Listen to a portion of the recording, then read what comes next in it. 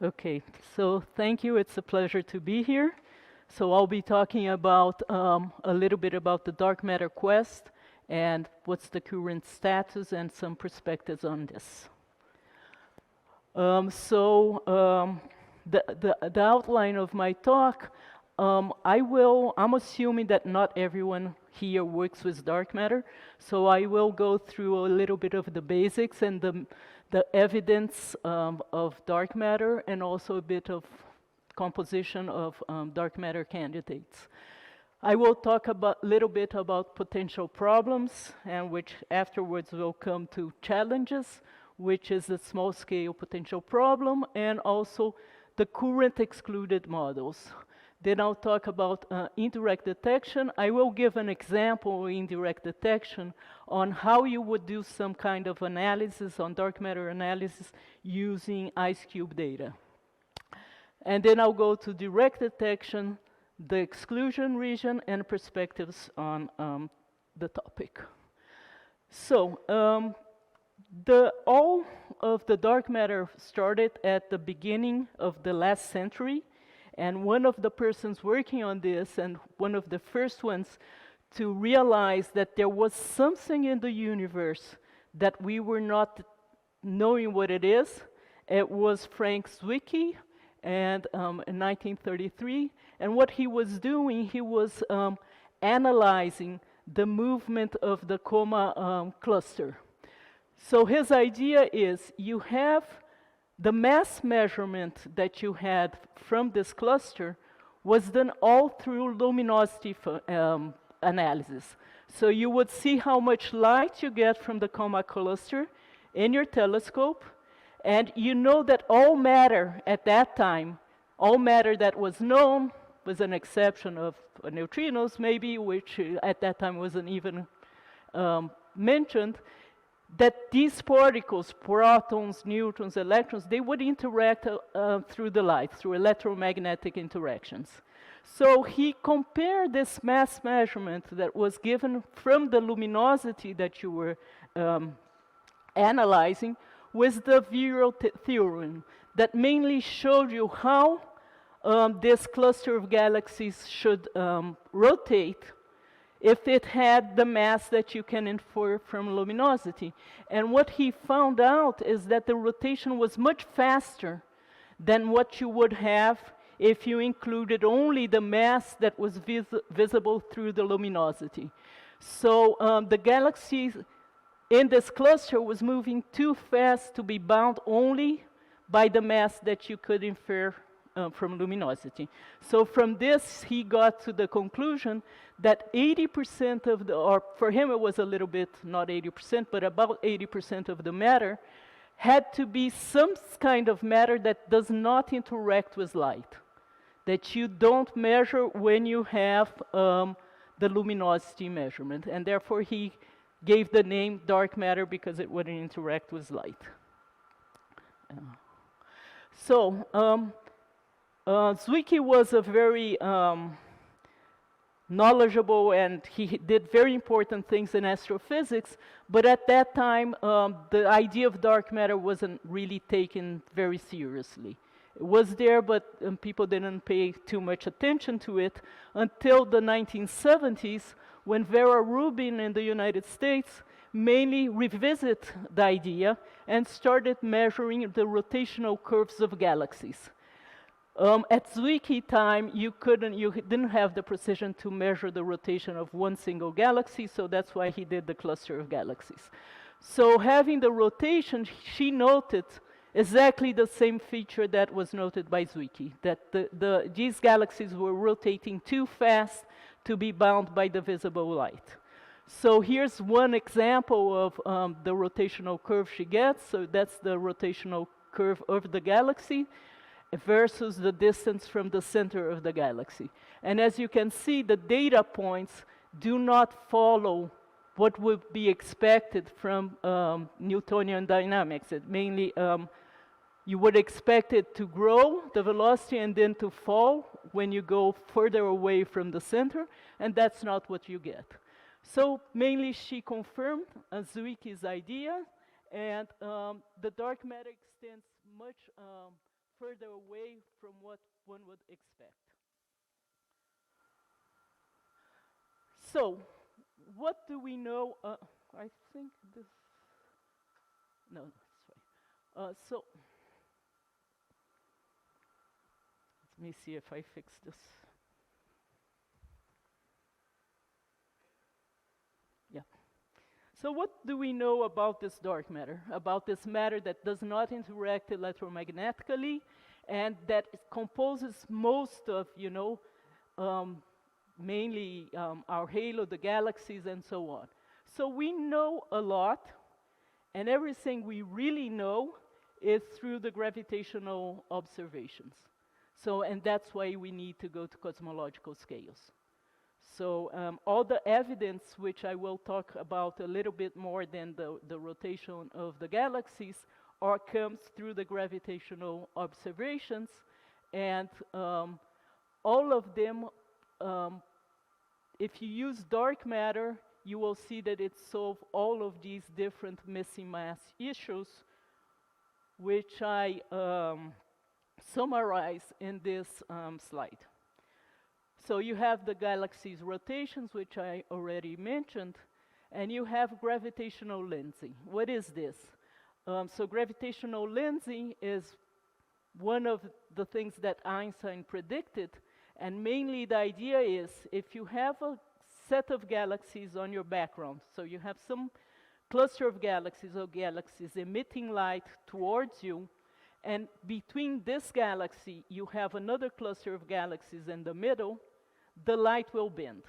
Mainly as the idea that, you have the matter in the universe and connects with light, and you have these arches, which mainly indicate what is the effect of this gravitational pull between us and the galaxies that emitting light and that we want to know.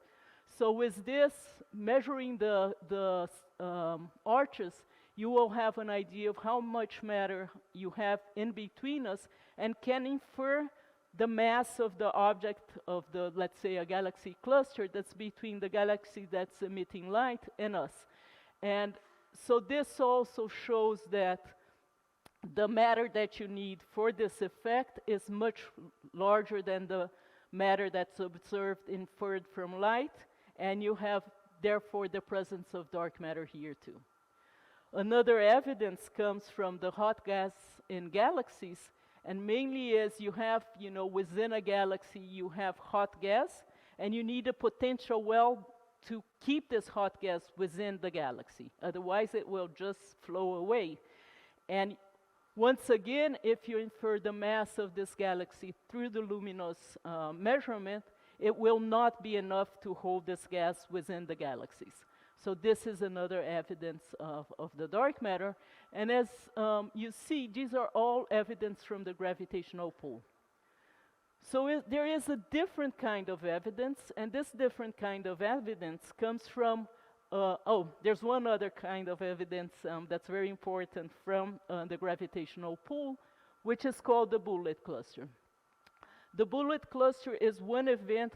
Afterwards you had a few, at least a dozen more, but anyway, what happened is that you have the collision between two clusters of galaxies, and when they go through, what happens is that the gas that collides and interacts electromagnetically they interact, and therefore they stay in the center because of the collisions.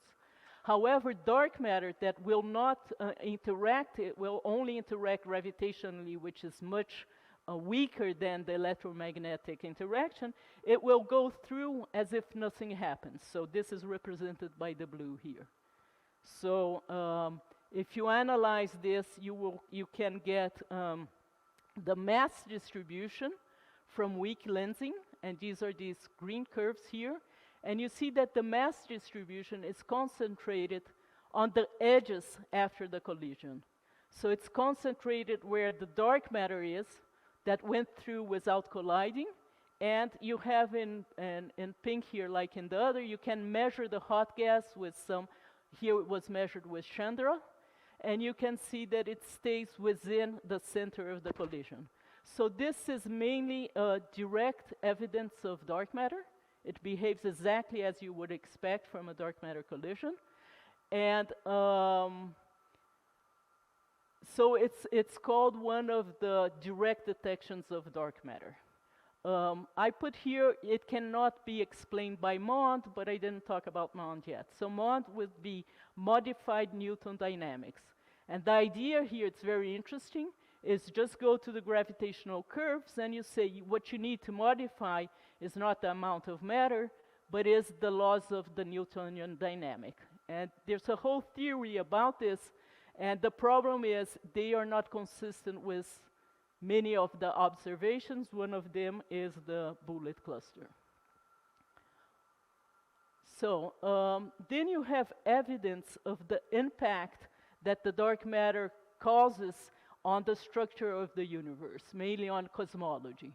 So if you look at the cosmic microwave background, which is a relic from the early universe, mainly you had that photons from the early universe. As the universe was expanding, the temperature was going down, and at some point these photons, they mainly become a relic, and they just, stay in the universe at the same temperature.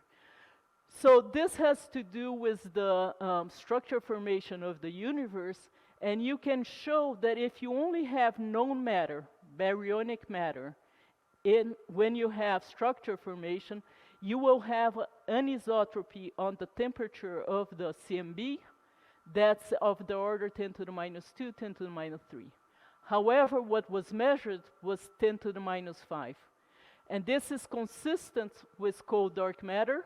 By cold, we mean that it was non-relativistic when structure was forming.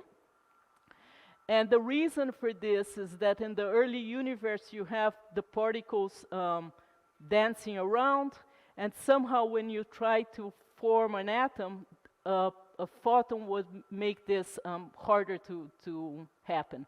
But this does not happen with dark matter, so at the end you have fluctuations that's smaller than what you would expect from just baryonic at the early universe. So this is another another evidence of dark matter coming from the impact of cosmology. And what I invite you is to look. No, the other way. Oh, sorry.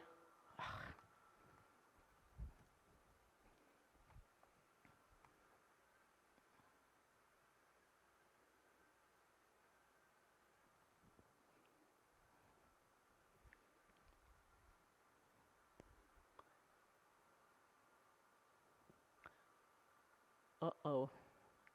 My slides are not showing.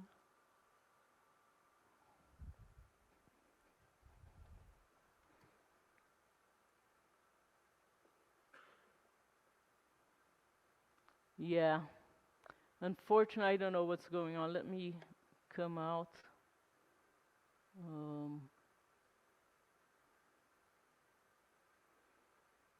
Yeah, I'm not sure what's going on. So, what you have here, I'll just describe. You have in the site, if you go to the Planck collaboration site, you have some feature where you can put how many of normal matter you have, how many dark matter, and so on. Let me see if I can do one trick here too.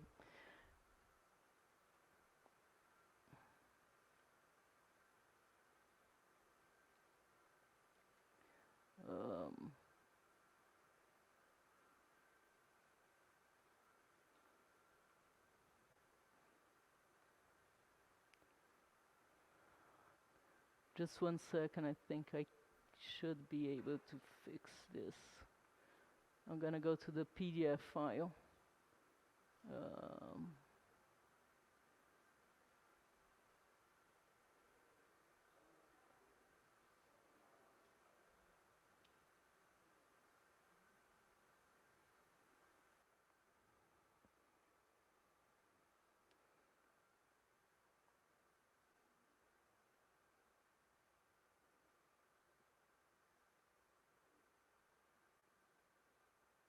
here.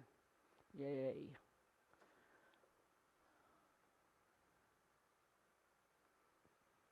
Okay, back to business. So if you look at this, it's a tool that you can use. It's in the um, Planck experiment collaboration page. And you can see here in this region what was seen by Planck. So this is mainly our universe forming, and you can play with the amount of matter, or dark energy that you have. So if you put only dark matter, you'll see that when you simulate the structure formation, you get what is seen here for the CMB anisotropy. While when you measure it with your Planck observation, you get this, and you see that it's very different. However, if you slide these rules here and you put the amount of dark matter, that's a lambda CDM, which includes not only dark matter but dark energy, you will see that it matches perfectly.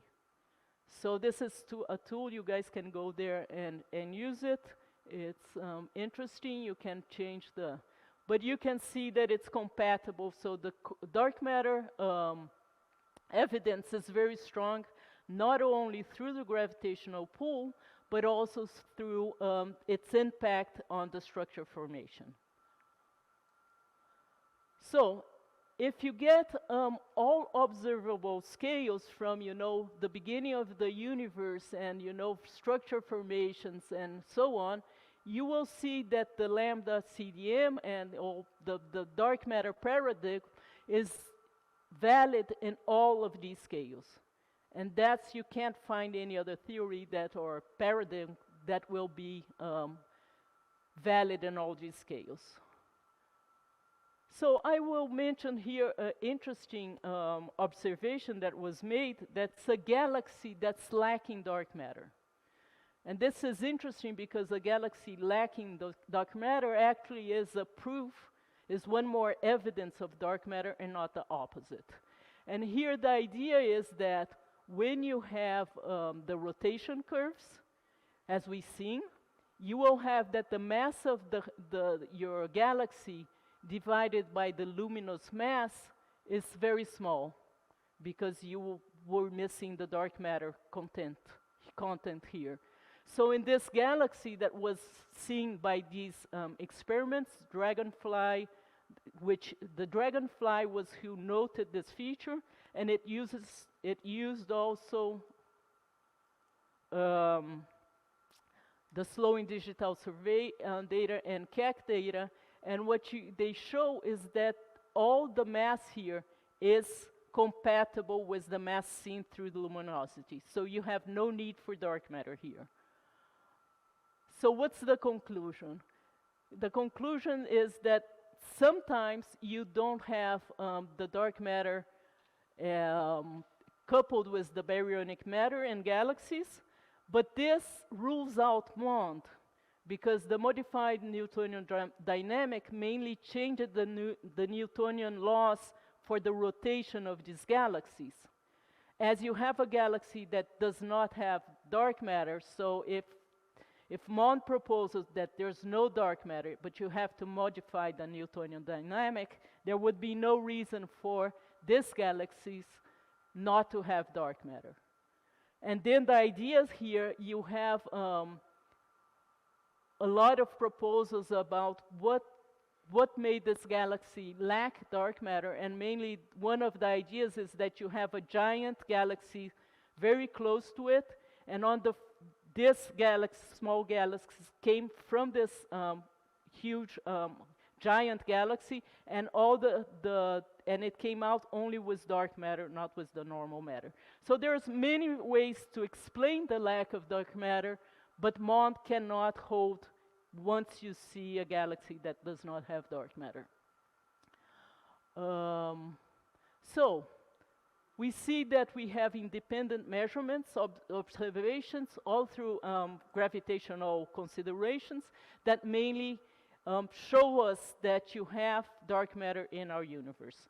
So this is the measurement of Planck, the Planck satellite, And as we see, we have all of the measurements, individual measurements that I shown before is consistent with having about 27% of dark matter in our universe.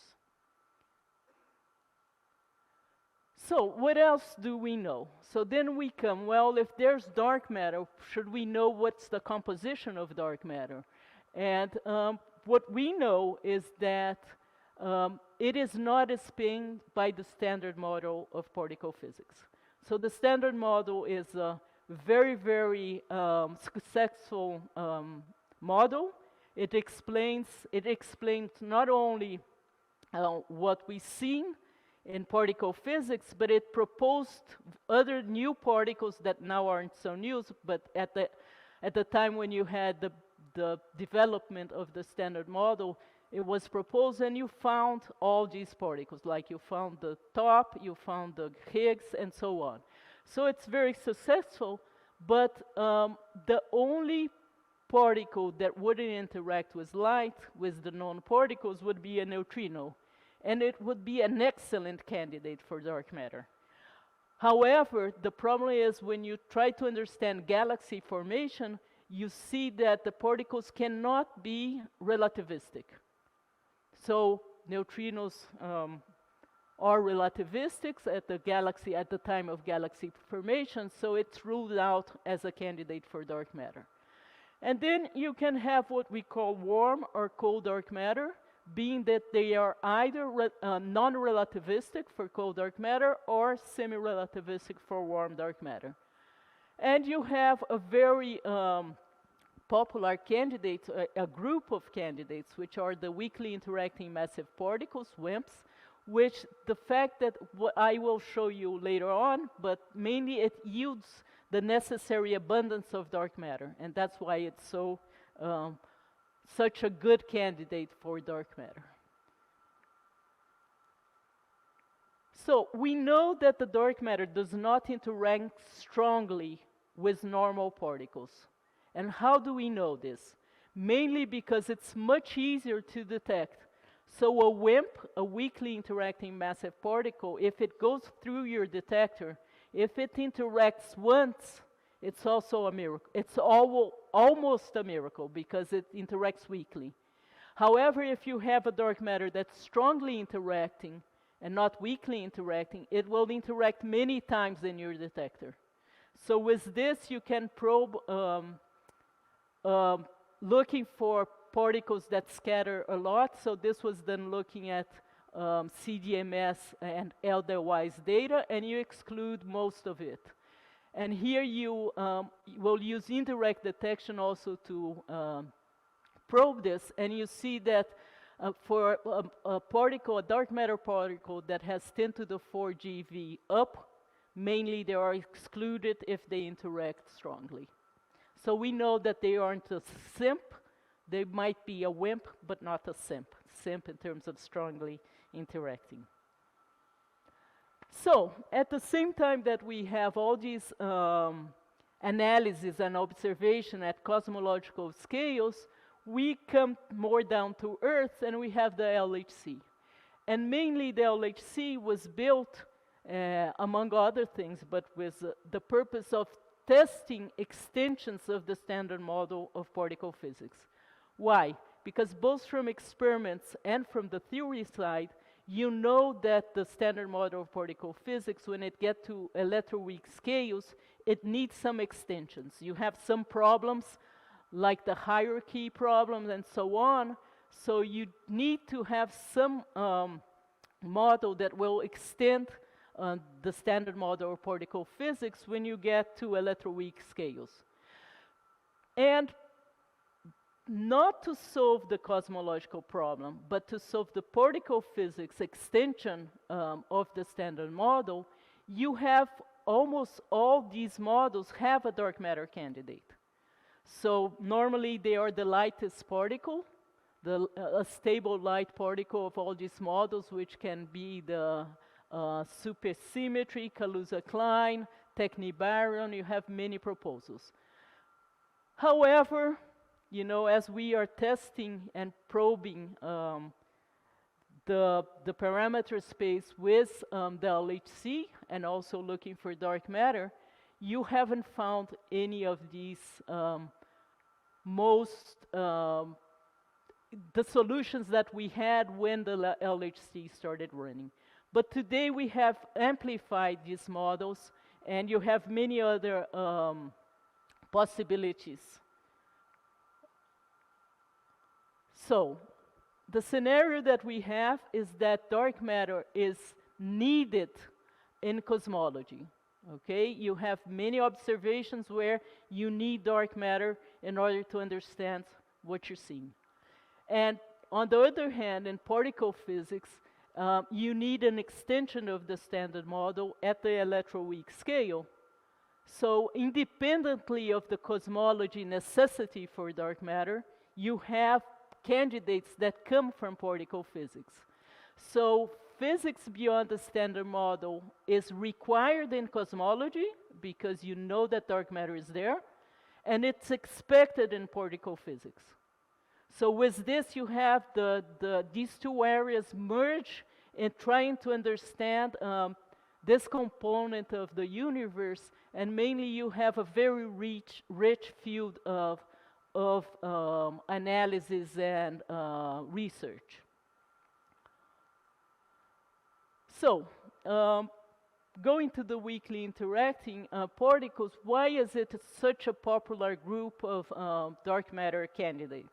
And the main thing here is that if you get the origin of dark matter as being thermally produced in the early universe, you will end up with what's called the WIMP miracle. So you can do this calculation and you get that the abundance of dark matter, if you use the weak annihilation cross-section, and you will get to this expression which will yield exactly the amount of dark matter that you need in the universe. And that's what makes WIMPs such an interesting and powerful group of candidates, because it's very simple and it yields exactly the abundance that you need in dark matter.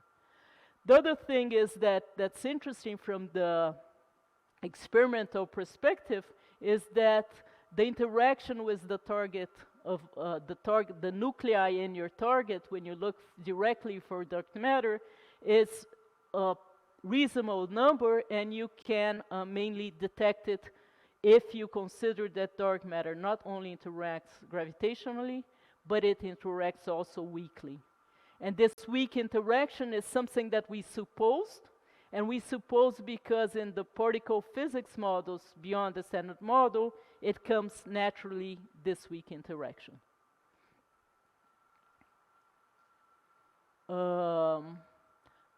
So this is the scenario. We have, observations that leads us to the existence of dark matter.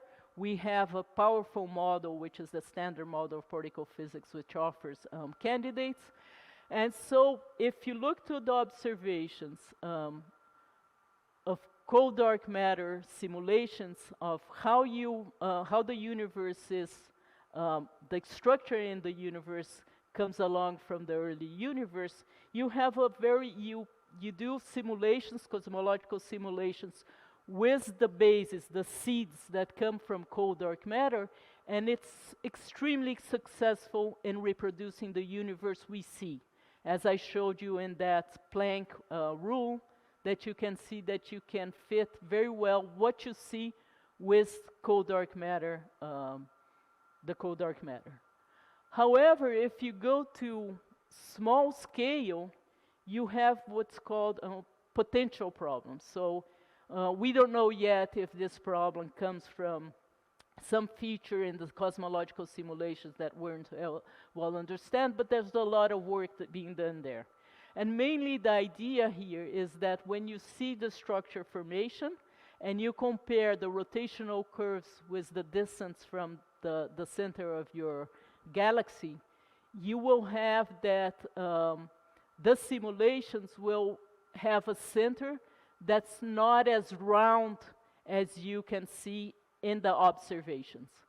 So your simulations differ a bit of what is seen, and mainly this is called the core cusp problem, where you have in the center of your halo a feature in your dark matter density that is more cuspy than what you see.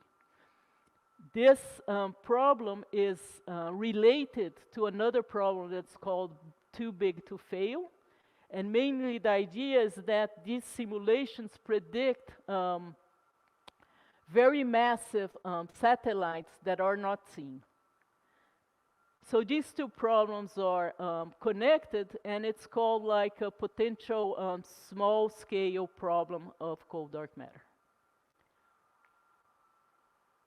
So one of the proposals to solve this, and that was proposed by David Spergel and Paul Steinhardt in 2000, was that the dark matter self-interacts, so they will scatter among themselves. This would not affect the large-scale picture, and when you simulate the formation of your universe, because in order for them to scatter in the large scale, the distance between them and the velocity won't matter at all, so it will not have an effect on large scale. But in small scale, what you see is that if you consider the self-interacting dark matter, and if this scale is a strong interacting dark matter, it will change the energy exchange in the center of your halo, and mainly you will end up with modifying your velocity distribution, and with this you will get a softer, more chord density profile at small scales. So these are these are simulations which now includes the self-interacting dark matter.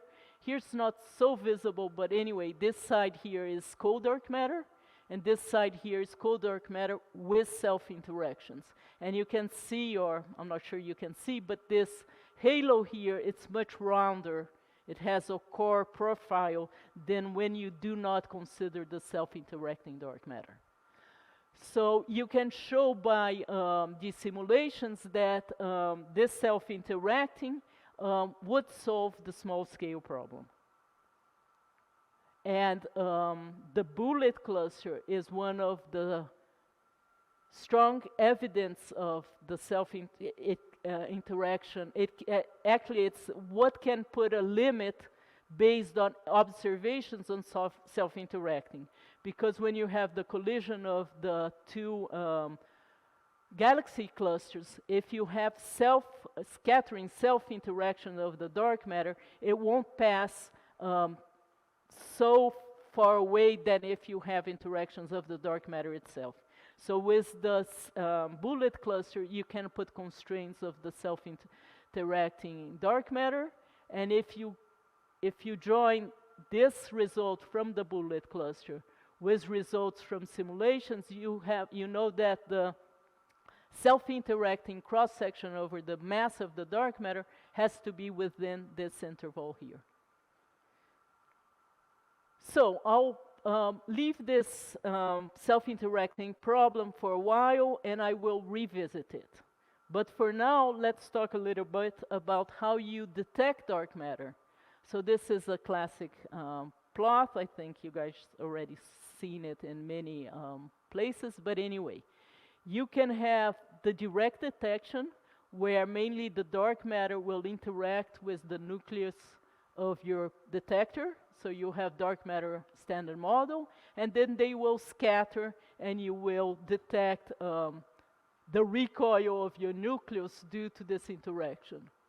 You have indirect detection, where mainly the dark matter will be captured in some astrophysical object, like it could be the sun, it could be the earth, it can be the galactic center, and it will merge to the center of this object and annihilate among themselves and produce standard model particles. And what you will detect then will be the standard model particle and not the dark matter itself, and that's why it's called indirect detection. And then you can produce it in colliders where you have two standard model particles colliding, and you will produce dark matter.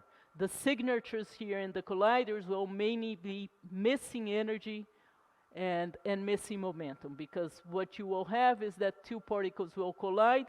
You will not actually see the dark matter, but you will see that you're missing some energy, and with this you have a signature of your dark matter. I will talk mainly about direct detection, direct and indirect detection. So let's start with indirect searches, and here I have a plot about how this takes place. So as an example, if you have a dark matter from your halo crossing the sun, if it interacts weakly, if it interacts only gravitationally, this will not happen. So for this to happen, you are assuming that you have a weak interaction. So you have your WIMP going inside, crossing the sun, and there's a probability based on a weak interaction that it will interact with one of the nuclei of the sun, scatter, and the velocity of the dark matter might go to a velocity that's lower than the escape velocity. So if it goes to a velocity lower than escape velocity, it mainly will be trapped in the sun. It will be captured by the sun. And this will happen with a bunch of dark matter, and once inside the sun, it will mainly go to the center of the sun by the gravitational pull, and you will have annihilation of dark matter and anti-dark matter. So when you have the annihilation of dark matter and anti-dark matter, you will produce, in most particle physics models, it's the lightest particles, so when they annihilate, they mainly annihilate into standard model particles. And from these annihilation products, you will have neutrinos that are the only ones who can mainly escape the sun and get to the Earth. So then you have a detector in the Earth. As an example, it could be Ice Cube, it could be Antares or Super K, and you will detect these products of the dark matter annihilation. Okay, so this is an indirect detection. And you can also have this with gammas. So you might have gammas produced from, you have the annihilation of dark matter, they might produce a chain that will produce gammas, or there's a very, very, very, very, very tiny possibility that it would also produce gammas. So you can also detect these gammas. One way of detecting these gammas is with Fermilab, which is a satellite that's up there, and also you can have the gamma coming into the atmosphere and producing a shower. I think Edivaldo talked about this already yesterday, so I will not cover this. I will mainly talk about annihilation into neutrinos.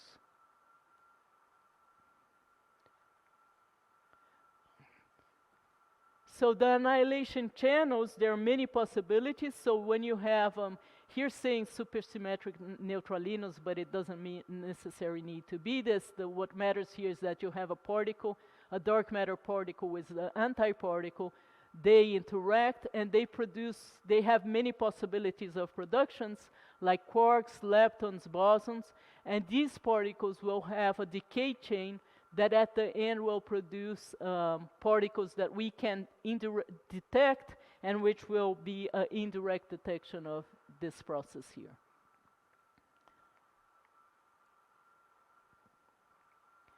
So the most recent dark matter neutrino detectors were the Antares, Ice Cube, and Super K. Ice Cube is a cubic kilometer detector in the South Pole. Antares was in the Mediterranean Sea, but it's much smaller.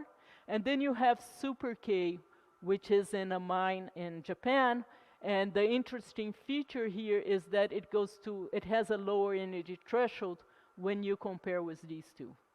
But mainly what they do is to detect a neutrino coming from annihilations of dark matter, either in the sun, the Earth or the galactic center. So I'm going to concentrate here a little bit more on IceCube, and what it does, it detects the Cherenkov light of emitted when you have a charged particle going through your detector. So what is the idea? You have a neutrino, which is not a charged particle. So the neutrino will interact with some nuclei in the Earth, and when it interacts, it suffers interaction which we call charge current interaction, and it will produce the lepton associated to the neutrino. So if you have a muon neutrino, through this charge current interaction, it will produce a muon. If this muon has energy enough to cross your detector, mainly it will cross your detector and emit what's called Cherenkov light, and that's what you actually detect. You don't detect the neutrino itself, but you detect the associated lepton to this neutrino. So IceCube is 1,400 to 2,400 meters within the ice in the South Pole. At the beginning, they had a detector, a smaller detector that was a little bit upwards, but then the problem there is that you would have so many bubbles of air in the ice that it would ruin your track. You couldn't know exactly where the neutrino came. So they went a bit further deeper in the ice. Here you have the Eiffel Tower just to have an idea of size. And now what they have the IceCube detector. This is the old Amanda detector that I was mentioning that was a bit higher in the ice. And here you have a new set of detectors that's called deep core, which mainly they have the same cables of detection as IceCube, but they are closer together. So this detector here, deep core, the purpose of it is to measure lower energy neutrinos. So these cables, they mainly are filled with photomultipliers, which is a detector which will detect this Cherenkov light that comes from the lepton that crosses your detector. So with this idea, having IceCube on mind, one thing I forgot to say is if you guys have questions in the middle of the talk, you can stop me and ask. I'll be more than happy to answer. So I will go back now to what was the potential problem, the small-scale potential problem that can be solved with self-interacting dark matter, and talk about how you can probe this indirectly using IceCube data. So this was done with some students. We also are doing some work using Super K, but this is still in preparation. So the idea here is that when your dark matter is captured, if it also self-interacts, you can have that your dark matter going through the sun might interact not only with the normal sun nuclei, but with the dark matter that was already captured. So you will have a new interaction that will affect the number of dark matter and annihilation process that you have within the sun. So here you will have the capture of dark matter due to the nuclei of the sun, which is the normal indirect detection. Then you have the capture due to the fact that the dark matter can now interact with another dark matter particle that's inside the sun that was already captured. And then you have so you add these and you subtract the particles that annihilates, and with this you get the number development of dark matter particles in the sun. So this feature mainly increases the amount of particles that your dark matter can interact in the sun, but not only this. Another important feature is that it expedites the time for the capture of dark matter and annihilation of dark matter get into equilibrium. What is this? So you have your dark matter being captured, and they annihilate. At some point, the number of captured dark matter is the same number of particles that's being annihilated, and that's the maximum number of dark matter that you might have in the sun. So this is the number of dark matter here, and over time, and you will see that when you include the self-interacting dark matter, the fact that the dark matter also interacts with itself, you mainly expedite when the equilibrium will take place. And with this, mainly you get to the maximum amount of dark matter annihilation faster, which is good for detection. So this is examples for different dark matter nuclei cross-sections, which are labeled here, and the solid curves are only cold dark matter, and the dashed curve is with self-interacting dark matter, and you have two examples here for two different annihilation cross-sections.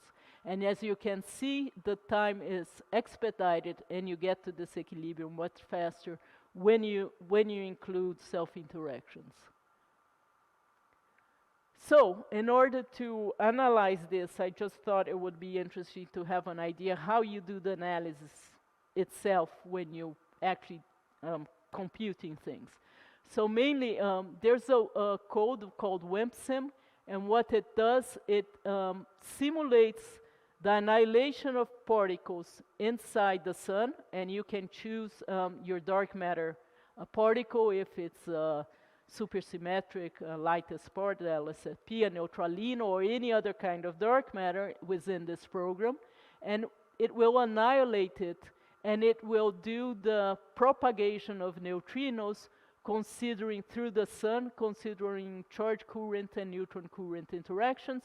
In charge current, you change the neutrino of a flavor will go to the lepton of this flavor, and neutron current, mainly the neutrino will lose energy. So, and it considers neutrino oscillations. So as the output, you will have the neutrino flux at your detector, and then you compute the number of neutrinos going through the detector of our muons, mainly considering this the annihilation process. So it does this for each annihilation. So you have to multiply by the annihilation rate, and then the time that you're taking data, and then you integrate this flux in energy, and also you have to take into account the effective size of your detector. So if you have a cubic kilometer, you need to know how effective is this detector in detecting these particles. So when you do this, and this is a point I want to highlight here, is that when you do simulations, like if you take the simulations from the neutrino annihilation from the center of the sun, it's a perfect simulations. So all the neutrinos that were produced there will come straight to your detector, mainly because it's a simulation and you put a line between these two. In reality, this is not true. You have an angle resolution in your detector, so you have to make your simulation look more like your experiment, the experiment itself. So mainly what you get the angle coming from the sun, and you smear it in a Gaussian way, and you will see that many of the neutrinos that were coming straight from the sun will be in an angle that can't be seen by the detector. So with this, your flux of neutrinos coming from the sun will be reduced due to this experimental feature that you put in your analysis. So then you compute the number of events you expect. And here important thing is that when IceCube or an indirect detection experiment looks for dark matter, it has to assume which model of particle physics it's taking into account. So here you can have like that the dark matter could annihilate into BB bar, and then from BB-born you have a change that will produce your neutrinos, or you can have also W plus diamond, which will give you higher energy neutrinos. But anyway, so you choose your particle physics model, you compute how many neutrinos you'll get into your detector, and then what you do, you compare what you got to what the experiment actually detected. So this is the result of IceCube. Data collected here was 2013. And this is the bin of particles coming from the sun. And the results of IceCube were mainly consistent with having an atmospheric background. So you compare, I say, well, with my self-interacting dark matter, I expected this amount of events, and I've seen nothing. So with this, you can compute a limit on the models of self-interacting dark matter. And what we have in one of these plots is that here's the channel W plus, W minus, or tau plus, tau minus. So here you have the cross-section of your self-interacting dark matter with the mass of your dark matter. And below the green light, the cross-section, the self-interaction and cross-section would not be enough to solve the small-scale problem. So in order for you to solve this small-scale problem, you need to be above this green light. Then on yellow, mainly you have, actually the bullet cluster is the hashed part here. So this region here is already excluded by the bullet cluster results. And what we excluded with this indirect looking at IceCube data is the regions on top of these blue and dashed blue lines, which assume different thermal annihilation cross-sections. The solid line is the classic, the standard 3 to 10 to the minus 26 value, and then we have a little bit less on the dashed line.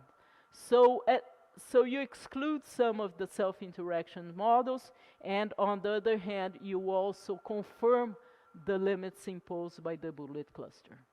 So this is a kind of analysis that you can do when you're analyzing indirect detection. So this is this IceCube and the indirect detection, not only IceCube, but the exclusion region.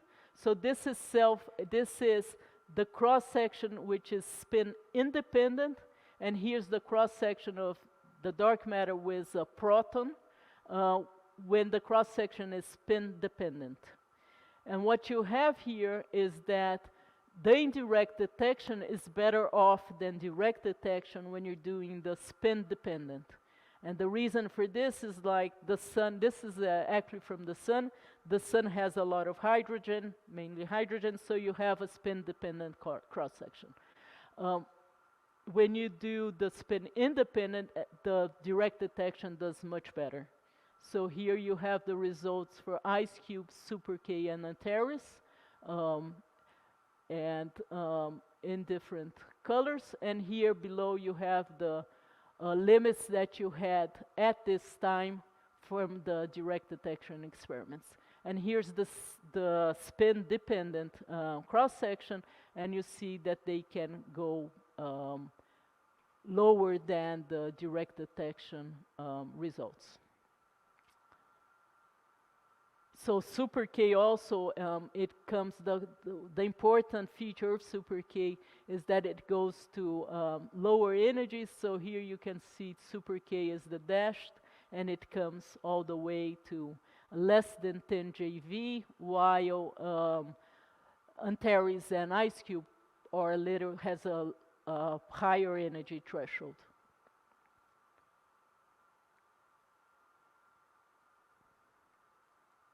So future telescopes for indirect detection, you will have the IceCube will go from 1 cubic kilometer to 10 cubic kilometer.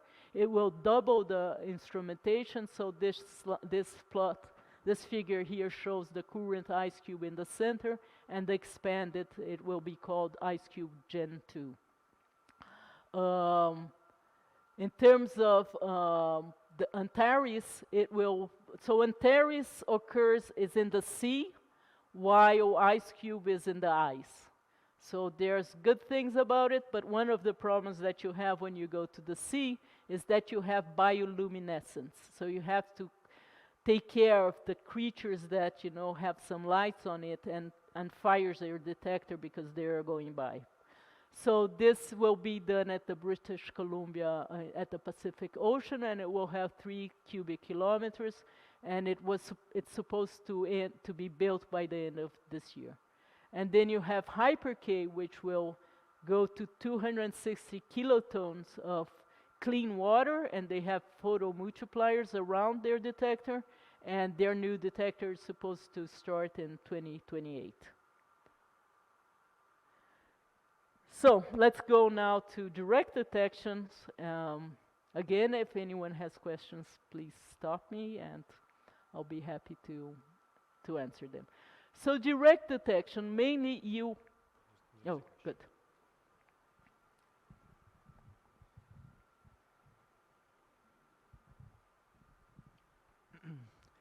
So in some graphs, you have compared limits from direct detection and indirect detection, right? Well, I showed the plot where have these two results, yes. Yes, but if I say in terms of dimensions, they are different things, right? Because in terms of? Dimension, because one is centimeter squared, and the other is centimeter to 3 over second. So how can you compare? No. The cross section here is both are in square centimeters. Maybe okay. I had what I was saying that probably this was what. So this is when I'm doing the self-interacting dark matter. Maybe I confuse you. Oh yes. So I'm using the annihilation cross section for the self-interaction. So this plot is different than the other. This plot is the mass of the dark matter versus, or the cross-section for the self-interacting action. Okay, for the self. Okay. This plot here is the cross-section for a dark matter with a nuclei, either from a nuclei from the sun or from detector. And then it's also in, both of them are square centimeters. So that plot here is a way to compare this self-interacting cross-section, which is also in square centimeters. Okay. But what I'm saying is to do this calculation, I use the thermal cross-sections in some of the equations that I have to get to this cross-section here. Okay, I get it. Thank you. So thank you for the question, because then it probably wasn't clear. Any more questions?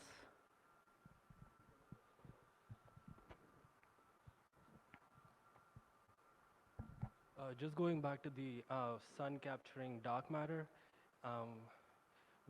would it not affect any properties of the sun, like rotation or like the amount of neutrinos we see? Amount of, sorry? Neutrinos we see, like if dark matter is captured by the sun, would the rotation of the sun not be affected, like okay. how galaxies are affected? Let me go back to my picture that I like. So when the dark matter crosses the sun, it does not interact electromagnetically. So all this radiation in the sun doesn't affect the particle of dark matter going through it, just because by definition dark matter doesn't interact electromagnetically. So, but what we need to assume is that it interacts weakly. So if it interacts only gravitationally, it will go through the sun and not even see it.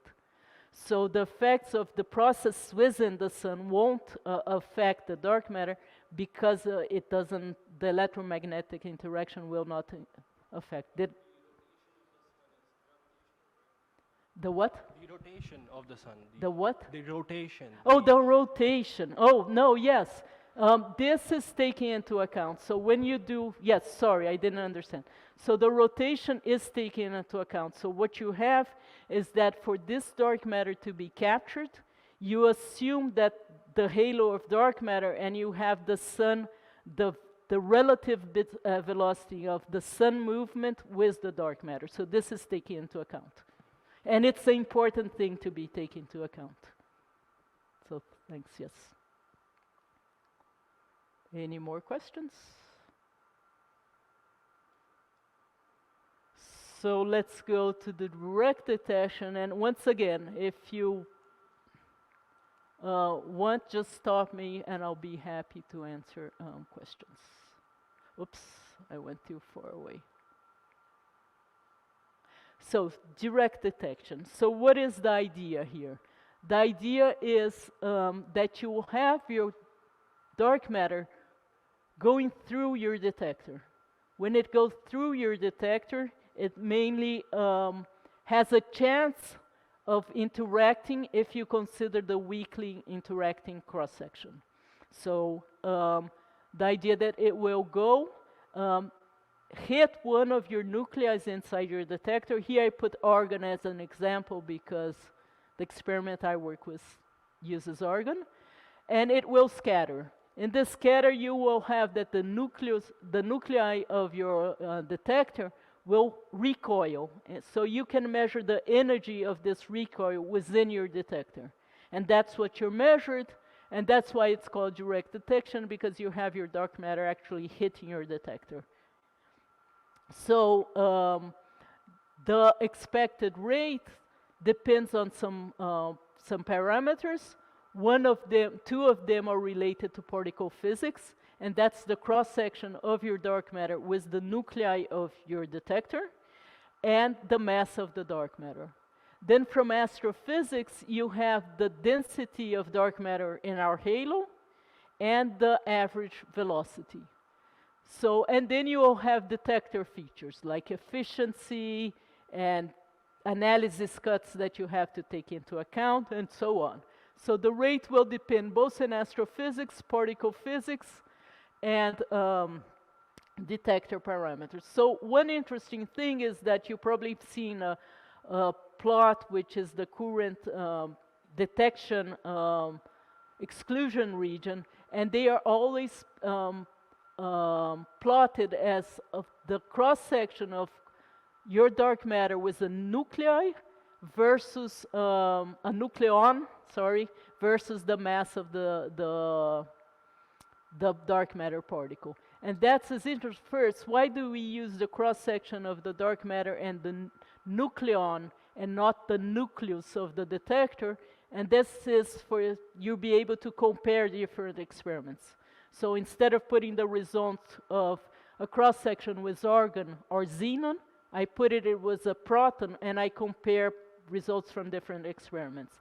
And then you scan these two parameters, and you're able to compare it with the models, the theoretical models, which propose and say, if you have a model where the cross-section is such and the mass of the particle is such, you expect this number of events, and we say, we didn't see this number of events, so this model is most probably ruled out. So there are many dark matter experiments. Here you have also the indirect detection, and you have many ways of looking for dark matter. And the one important thing here is that when you do these experiments, not only you're trying to understand the fundamental aspects of our universe, but you're developing state-of-the-art technology.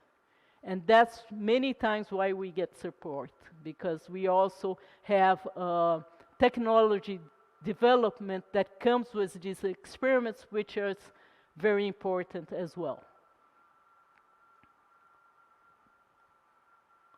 So here I put dark side. Mainly we have a dark side group in USP, and that's the group I work with, and so that's why I highlighted this. So what is the idea of these? One of the main ways of direct detecting dark matter. They are called double-phase Nobel liquid detectors. So mainly they use Nobel liquid. The main targets that we have today are argon and xenon.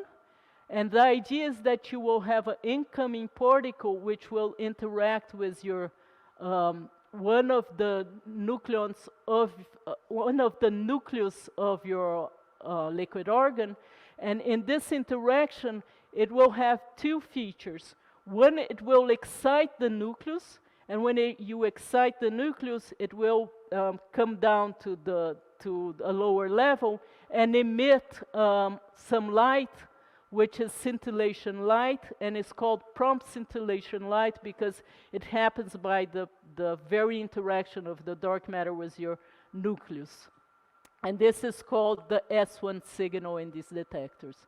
And then the other feature that you have is that you have ionization of your atom. And in these ionizations, the electron will merge up because you have electric field surrounding your detector. So when the electrons go up, they come to this tiny pocket of your target in gas form. So it can be argon gas or xenon gas. And you have a higher electric field here, which makes your electron accelerate towards the gas. And with this, it creates electroluminescence, which is light too, and that you detect also with your photomultipliers that are here. So you have photomultipliers in the lower part and the top of your detector, and you have two signals. The prompt light, which is direct scintillation, that's called S1, and then the ionization signal, because it comes from the ionized electrons, which we call S2, and depends on your signal in the gas. So you have Nobel liquid as targets in these experiments, and the reason for this is that it has a high scintillation light. So mainly when you produce this scintillation light, it goes across your liquid with no problem, so it doesn't lose energy. And the other way of saying this, it's transparent to its own light. In most of these targets, you have a good way to distinguish what is a nuclear recoil or electron recoil. If a dark matter particle is above 10 GeV, it will interact with your nucleus. But the background, a lot of the background will interact with the electron of the atom. So you can distinguish if it's a dark matter particle or a background through this way. So if it's electron recoil, you don't count it. We'll see that for very low energies this doesn't apply, but for the normal dark matter search, it applies. So you have the liquid, Nobel liquids are very good targets for dark matter detection. And then you have the atomic number, and of course, the more nucleons you have within your atom, the better probability of the dark matter scattering. So the higher the atomic number, the better your target would be in this sense.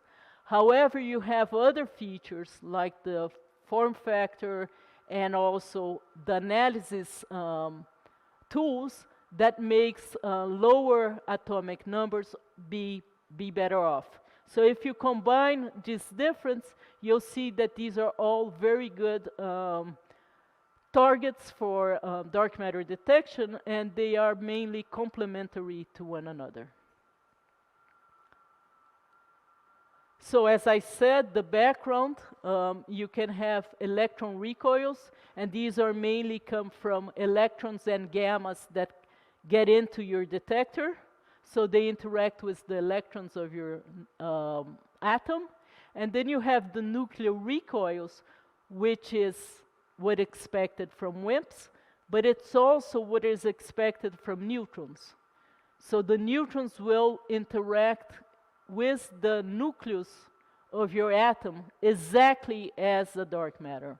So when you do your analysis, these particles are here are easy, whatever easy can be when you're doing a detector, but anyway, it's much easier to get rid of it than the neutrons. So what you need to do when you do a direct detection experiment is to prove that you understand if you will have a neutron interaction that could be exactly like a WIMP. Nowadays, all these experiments are called background free.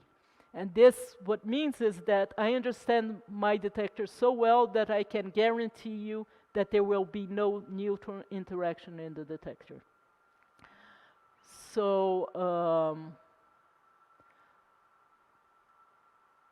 this is the argon. I chose, again, the argon program.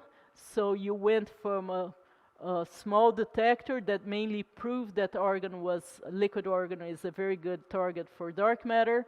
And now we are building a 20 tons of argon detector, which is, if you probably heard, you have that the xenon started much before, and they already was 1 ton, 10 tons, 100 tons detectors. So the liquid argon is a more recent program, but it did very well on the small detector, and I show some of its results. And now we're going to 20 kilos of argon. And in the future, there will be a detector with 300 tons.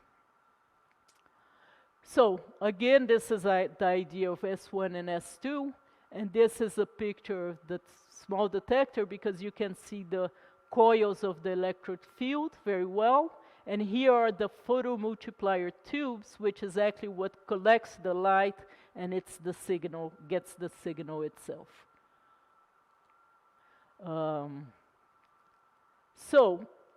What is a feature that a neutron interacting in your detector has that a WIMP does not have? So a neutron is strongly interacting. So it's expected to interact many times once it gets to your detector. While a WIMP is weakly interacting, and if it interacts once, yay, we'll be very happy. So what you do is this is what's called the detector itself, that detector that I had shown, that's the time projection chamber. So this is the dark matter detector itself, and you put some VTOLs outside. So this sphere here, mainly it's a liquid scintillator VTOL. And why is this? Because neutrons interact very well in this liquid scintillator. So if a neutron comes in here, it will interact in this, most probably interact in this detector. And if it interacts in the TPC, it will also interact in the outer detector. So all events that have a signal here are ruled out. They are neutrons, they cannot be dark matter. And here you also have a Cherenkov water detector, and the idea here is to detect cosmic rays coming in your detector that will mainly give a signal here. So all the events that have a signal in one of these VTOLs are ruled out as dark matter. And I need to remind you that these experiments are all deep into mountains. So they have a full mountain on top of it that will stop a lot of the cosmic rays as well. So here is an example. So I will not talk exactly. This is a parameter that's only, I thought I had it here. I think I'll talk about it later. But this is a parameter that's an analysis tool that only happens on liquid argon. And mainly you can distinguish as a parameter that very easily separates what is a nuclear recoil from an electron recoil. So in this region here, you have only electron recoils. You see that there's a lot of events, but you know they are not WIMPs. Here you have the nuclear recoils, and this is data from the experiment, but before you put the cuts, the VTOL cuts, like, you know, it interacted before, so I need to cut it. And you see that you have a bunch of particles. And you expect the dark matter from the models from particle physics to fall in this region here. So what you do, you go to this region and you say, if it has a VTOL, we won't count it. Also, if it was produced in the border of the TPC of your dark matter detector, it might have been due to interaction with the cryostat, with the thing that's surrounding the detector. So we cut this region, which is close to the the surface of the detectors, and you do many cuts, and at the end what you see is that there's no, we will tell you, we did not expect any neutrons in this region, so if you had an event here, it should be dark matter. Dark side 50 is a small detector, so the probability of finding dark matter wasn't so high, but it mainly proved the idea that liquid organ can work very well as a target for dark matter. So the dark matter 50 results, as you can see, it's up here. If you compare with the xenon experiments, it's not. It's much less restrictive, but as I said, it showed the principle of detecting.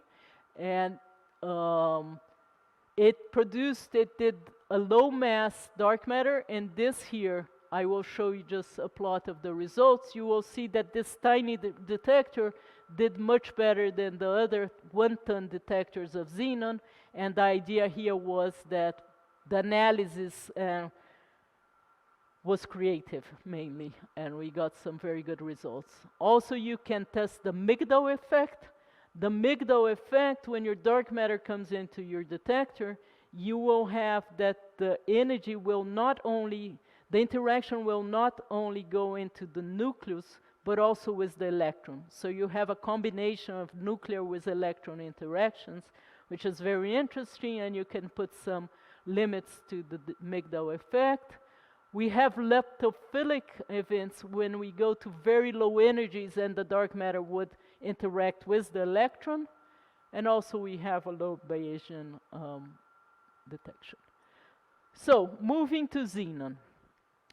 I don't know if you guys, whoever worked with dark matter here in the audience, heard of this, but in 2018, the xenon 1-ton experiment had some positive results.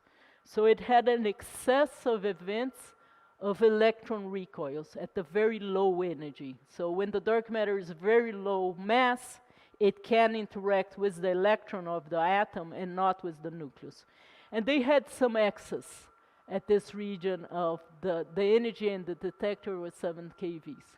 So everybody was excited. Of course, you had tons of theoretical papers saying that this was dark matter and what model, but at the end of last year, 22, they had more data, they analyzed, and at that time, the Xenon collaboration has said that one possibility would be some background from tritium and the Licon xenon, and what they showed in this analysis that unfortunately, it's not any dark matter signature, but it is traces from tritium in their detector.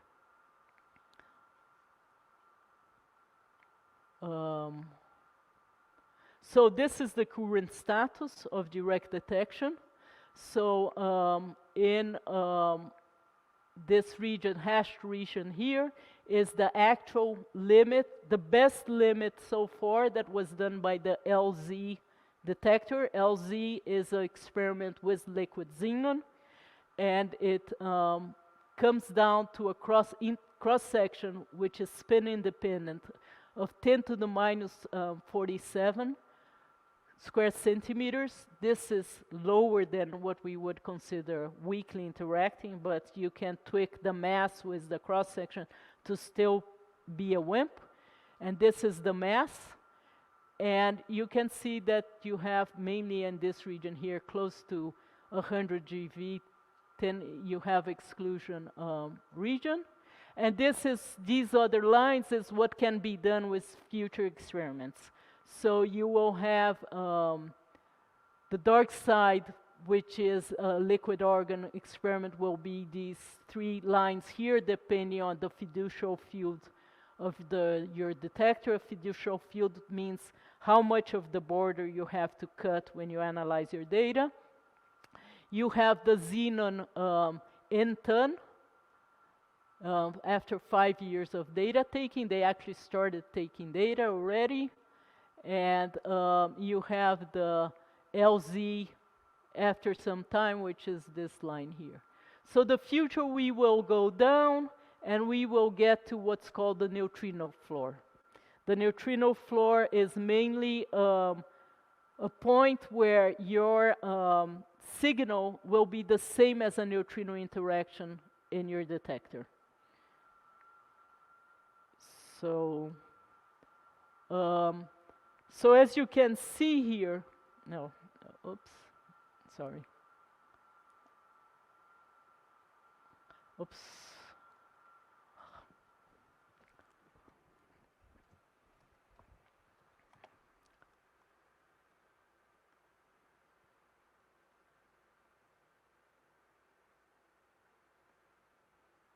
Yep. So you'll see here, um, the normal WIMP, the traditional WIMP search from direct detection always start at 10 GeV for a mass of a WIMP which is 10 GeV.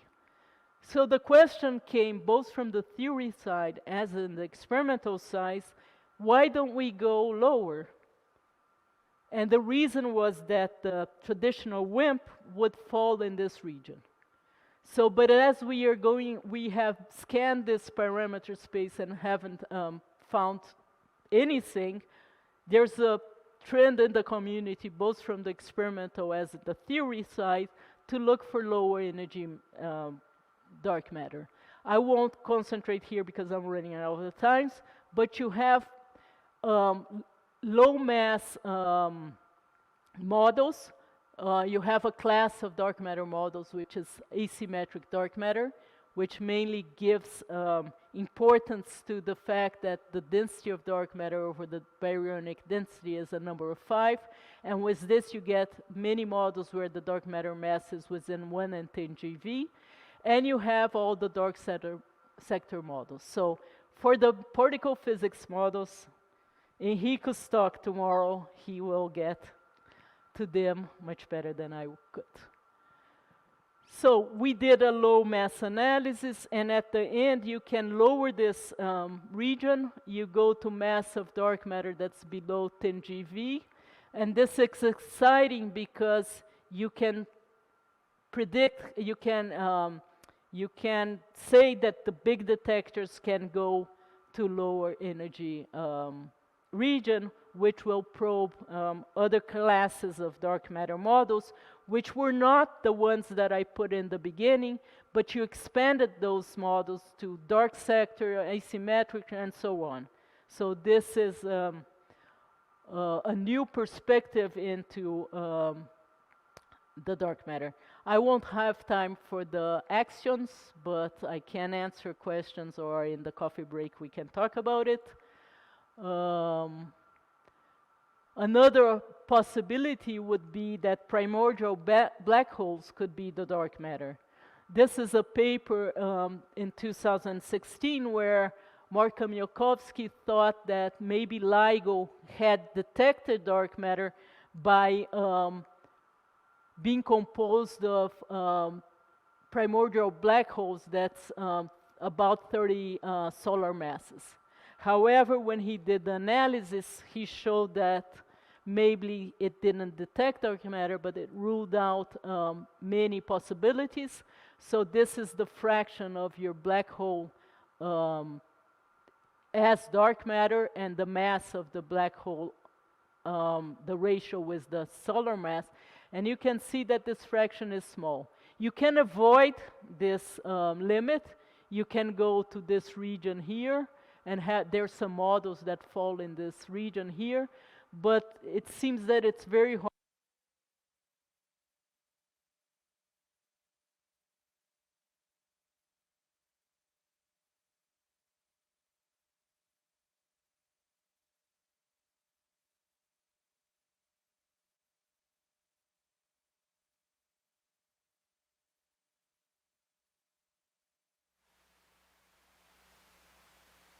And okay, thank you, my throat is not that good. And so you can have additional features, which is inelastic, lithophilic, there's a lot of another possibilities on top of WIMP. And the dark sector also is very promising on having dark matter candidates. So we went from a single WIMP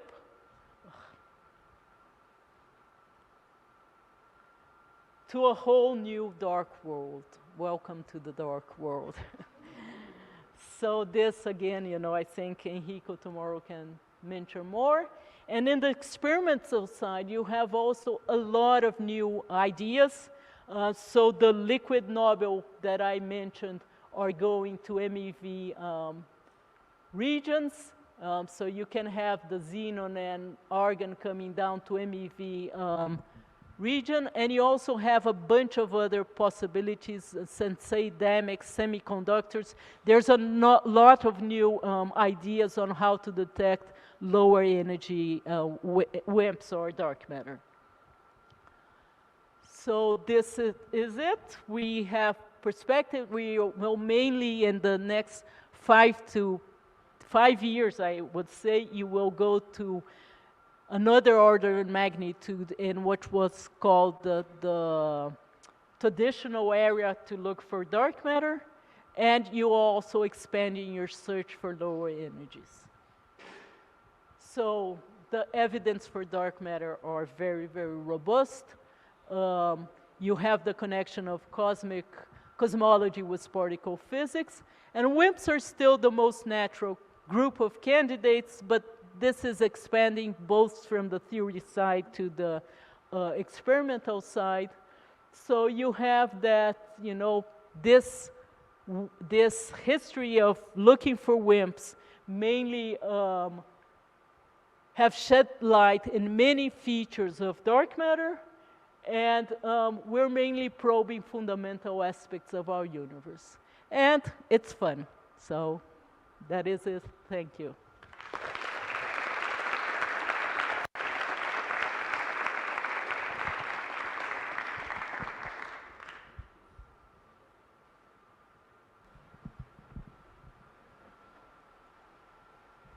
Questions?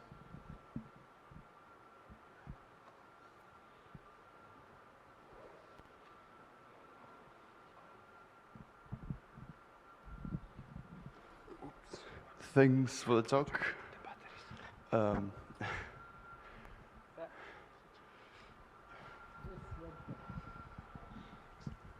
Yes, sorry. Sure.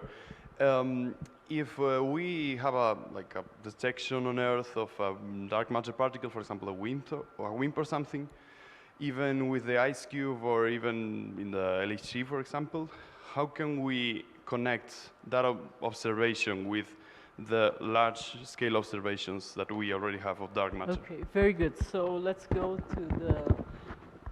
So when we probe at the Earth, or even with the LHC, we will give you a result like this. So I will tell you, well, I'm seeing a dark matter which interacts weakly with 10 to the minus 48 or something, and a mass of whatever. Or you have a region, more probably. So you'll say the cross-section of this dark matter with your detector falls, and the mass falls in this region, let's say. So you can relate this cross-section with the thermal annihilation cross-section by cross-correlation. And then you can say, so if this, this is the cross-section region and this is the mass, this is what you put on your simulations, and you will see that it's...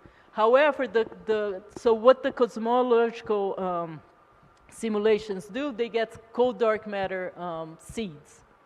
Here we are putting weakly interacting. So you will mainly do this. You will relate this cross-section with the cross-sections that they use in their simulations. Okay, sure, thanks. And it will take a while. More questions? Hi, so thank you for the lecture. I think it's just a simple question.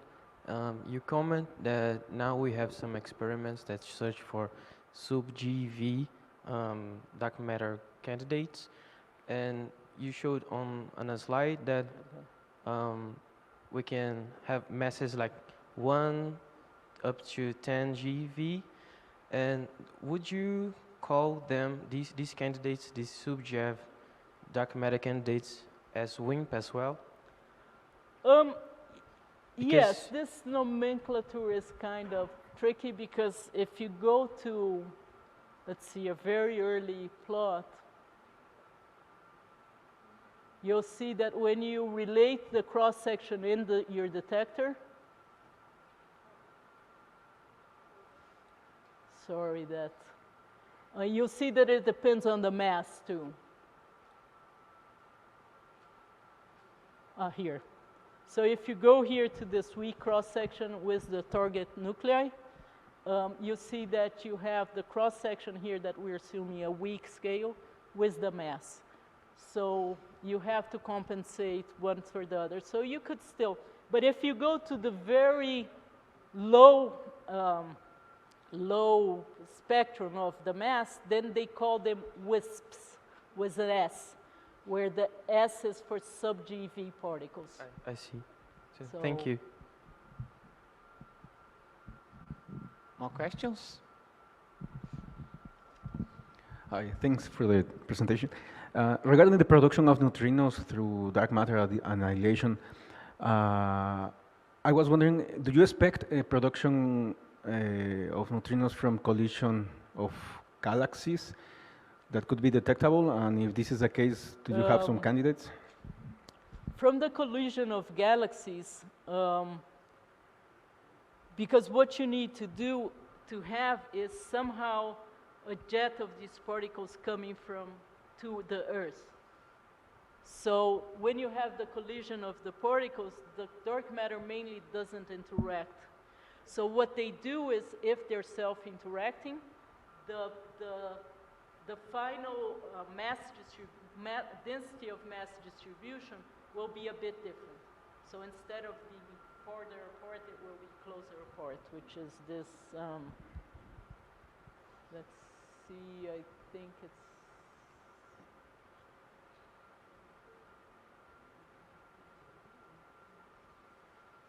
so it's this. So here you would have with self-interacting, so here you won't have annihilation of the particles. You will have self-interactions, which is different, because when you have an astrophysical object like the sun, let's say, that captures dark matter, it will end up sinking to the core of your sun, and there they will meet to do this annihilation. When you have the two clusters colliding, you don't have this process of getting the dark matter anti-dark matter together. So you might have self-interacting dark matters, which will change your final distribution, but you won't have the standard model particles coming towards us. Thank you.